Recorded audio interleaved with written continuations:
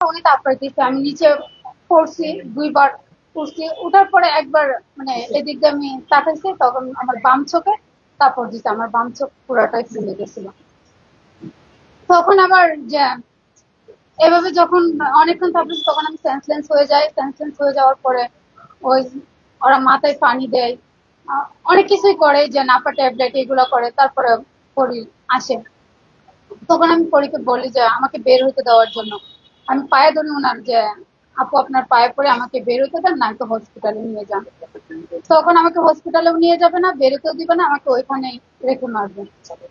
উনি আমাকে বলছে যে তোকে মারলে আমার কিছুই হবে না, মানে আমার 2 কোটি টাকা যাবে শুধু, আর কিছুই হবে না।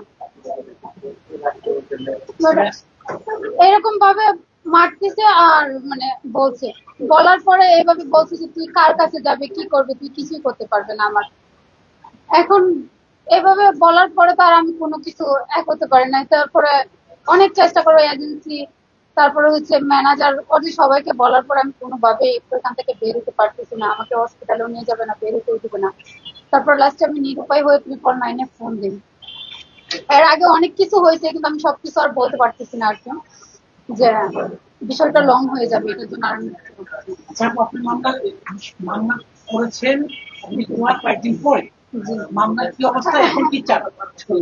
আমি আমি একটা সুষ্ঠু তদন্তের মাধ্যমে চাই। এক হচ্ছে যে আমার যে দাবিগুলো থাকবে এর মধ্যে হচ্ছে যে প্রথম হচ্ছে যে উনি প্রশাসনরা সিসি ফুটেজ চেক করবে, 2 তারিখের 1টা থেকে সিসি ফুটেজ 6টা পর্যন্ত চেক করবে, যে দেখবে যে এখানে আমাকে কিভাবে নিরমভাবে নির্যাতন করা হয়েছে, যে কিভাবে আমাকে নির্যাতন করছে, আর আমি একটা অসহায় হয়ে কিভাবে ওনার পায়ে পড়ছিলাম, আর কিভাবে যে আমি ওনার কাছে, ওনার কাজের মেয়েদের কাছে আমি পায়ে পড়ে বলছিলাম যে আমাকে বেরোতে দেন, বেরোতে দেন, এইগুলো।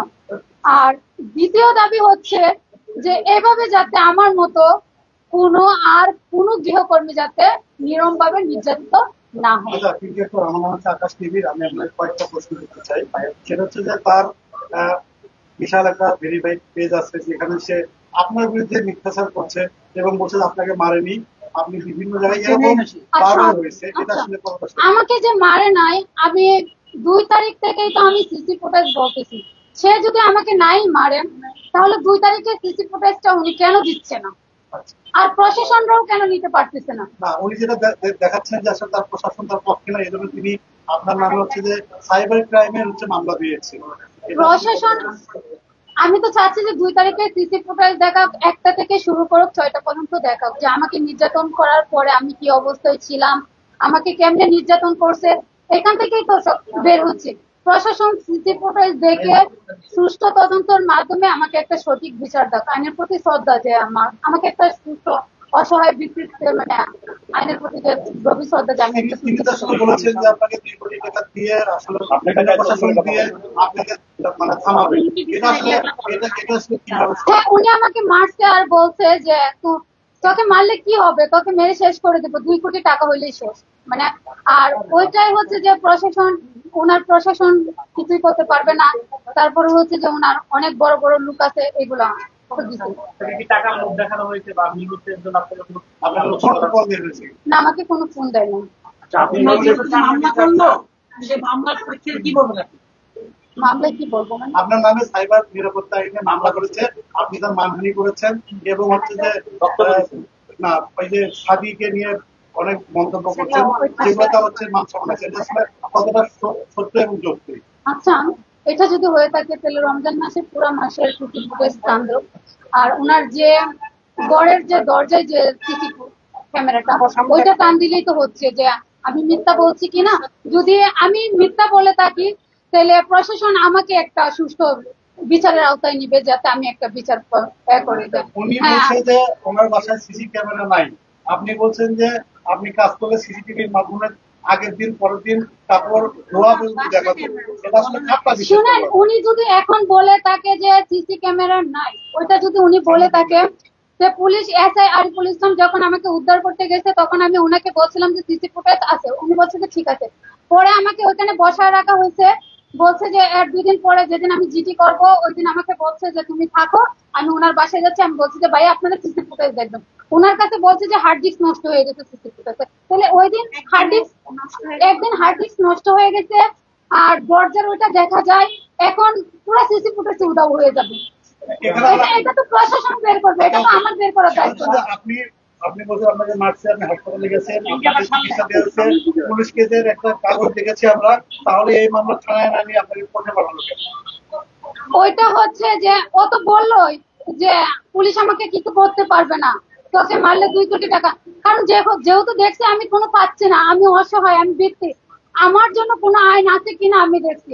আর ওইটা আমি দেখে ছাড়বো যে এটা কোন পর্যন্ত যায়, প্রশাসন কোন পর্যন্ত নিয়ে যায়, সেটা আমি দেখবো। আমি একটা সুস্থ বিচার কিন্তু আপনাকে একটা সাইবার নিরাপত্তা আইনে মামলা দিছে, আপনার অনেক অনেক যুগের আপনাকে হেয় করার জন্য তিনিও কিন্তু তার পেজে আপনাকে নিয়ে বিভিন্ন মিথ্যাচার ভিডিও প্রচার করছে। সেক্ষেত্রে কি আপনি তার বিরুদ্ধে আবার আচ্ছা শুনেন, মামলা করবেন কিনা? আমি মামলাটা করার পরে উনি মামলাটা করতে, তাহলে আমি মামলা করার আগে কি ওনার মানহানি হয় নাই?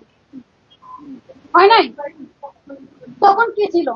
না, আপনাকে নিয়েও তো অনেক তখন ভিডিও কোথায় ছিল ছাড়ছে ওনার মান? তখন কোথায় ছিল? এবং তিনি বলেছেন যে আপনি হচ্ছে বিভিন্ন জায়গায় গিয়ে ঠিক একই রকম অপকর্ম করছেন, আপনাকে এখন চিহ্নিত। আমি যা বলছি, সাংবাদিক আমাকে যা বলছে, আমি যা বলছি সব সত্যি কথা বলছি, আমি এখানে কোনো মিথ্যা কথা বলিনি।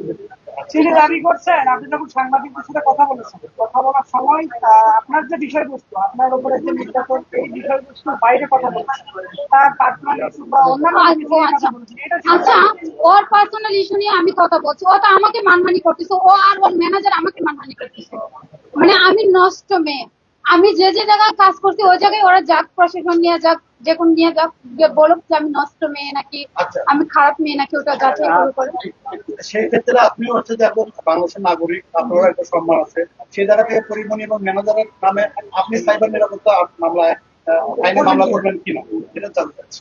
এটা পরে বলা আচ্ছা, যাবে। আপনি যে বলছেন পরিমণি নেশা করতেছে, পরিমণি কি একাই নেশা করতো নাকি বাসায় কেউ আসতো? আপনি তার আগে বলছিলেন সাদির কথা, এটা নিয়ে একটু বলছেন। শেখ সাদি আপনাকে বিভিন্ন ধরনের হেয় করছে। ওর নেশাগ্রস্ত অবস্থায় আমাকে মারধর করছে। ওর সিসি ফুটেজ দেখলেই যে বলতে পারবে যে ওর বাসায় কে আসে না আসে, সেটা সিসি ফুটেজ দেখেই প্রশাসন বের করুক।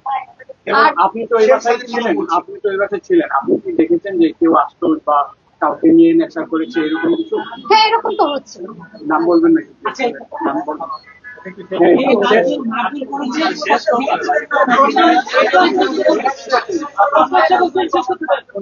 আর যেটা বলছিলাম যে কারা নাম বলতে, এখানে কারা কারা আসা যাওয়া অনেক তো কিছু নাই, মামলা তো হয়ে গেছে। ভয় পাওয়ার কিছু নাই, সত্যি বল, আমি তো সত্যি কথা বলছি, আমি তো এখানে মিথ্যা কথা বলি। আপনি শেখ সাদিকে এখনো বারবার লুকাচ্ছেন, শেখ সাদিকে আপনাকে টাকা পয়সা দান করতে, সাথে হাত করতে না, আপনি বারবার শেখ সাদিকে বের করে দিচ্ছেন। শেখ সাদি আপনাকে নিয়ে গণমাধ্যমে অনেক বাজে মন্তব্য করছে, আপনি শেখ সাদিকে কেন বের করছেন? আপনি শেখ সাদির নাম বলছেন, এই জন্য বিভিন্ন সাংবাদিকরা মামলা খাইছে।